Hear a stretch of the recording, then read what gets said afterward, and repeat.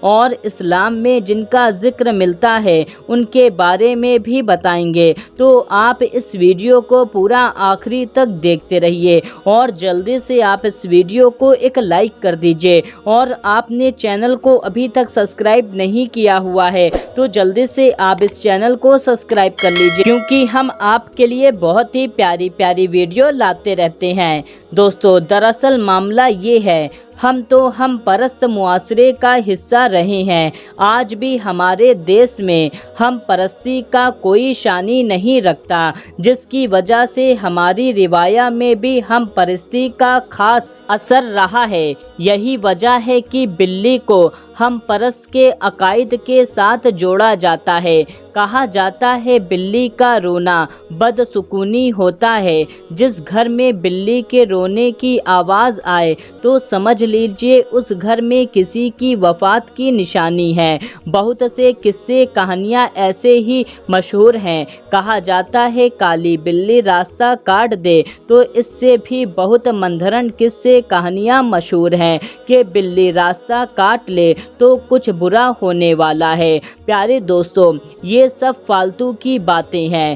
دوستو، ایسا اسلام میں کچھ بھی نہیں ہے۔ بلی انسان سے محبت کرتی ہے، اور یہ بات بھی مشہور ہے کہ بلی اپنے پالنے والے کے ساتھ ہمیشہ مانوس رہتی ہے اور برسوں بعد بھی اسے پہچان کر اپنی محبت کا اظہار کرتی ہے۔ بلی نبی کریم صلی اللہ تعالیٰ علیہ وسلم کا پسندیدہ جانور تھا، اور اس کا ذکر مختلف حدیثوں میں ملتا ہے۔ اور اگر بلی کسی کھانے میں منہ ڈال دے تو کھانا پلید اور ناپاک نہیں ہوتا بلکہ پاک رہتا ہے۔ حضرت عائشہ صدیقہ رضی اللہ تعالیٰ عنہا کو ایک عورت ہدیہ دینے آئی۔ جب وہ پہنچی تو دیکھا حضرت عائشہ رضی اللہ تعالیٰ عنہا نماز پڑھ رہی ہیں، تو نماز میں سے اشارہ کیا کہ اسے ایک جانب رکھ دو۔ جیسے ہی وہ ہدیہ رکھ کر نکلی، ویسے ہی ایک بلی آئی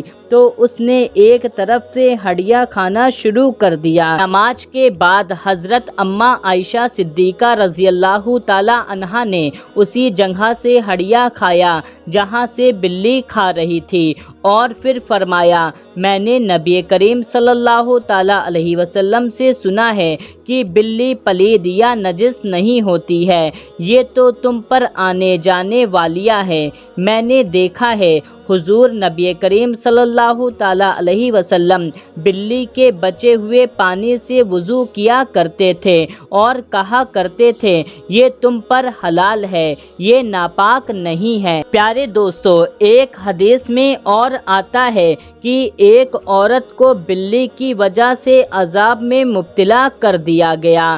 کہا جاتا ہے ایک عورت بلی کو پال رکھا تھا اور اس کو کھانے کے لیے کچھ نہیں دیتی تھی اور پینے کے لیے بھی کچھ نہیں دیتی تھی، اور نہ ہی اسے آزاد کرتی تھی تاکہ وہ خود زمین پر پلنے والے کیڑے مکوڑے کو کھا کر اپنا پیٹ پال سکے۔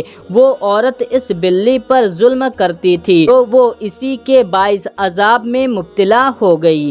پیارے دوستو، عربی میں حریرہ کا مطلب بلی ہوتا ہے۔ اس سے آپ کو نبی کریم صلی اللہ تعالیٰ علیہ وسلم کے صحابی حضرت ابو ہریرہ رضی اللہ تعالیٰ عنہ بھی یاد آئے ہوں گے۔ ان کا بلیوں سے محبت کے باعث نبی کریم صلی اللہ تعالیٰ علیہ وسلم نے انہیں ابو ہریرہ کا لقب دیا، اور پھر وہ اس نام سے اتنے مشہور ہوئے کہ ان کے اصل نام کے متعلق علماء میں اتنا اختلاف پایا جاتا ہے کہ 30 کے قریب مختلف نام بتائے جاتے ہیں۔ پھر سب نے ان کے لقب ابو ہریرہ پر ہی اتفاق کیا۔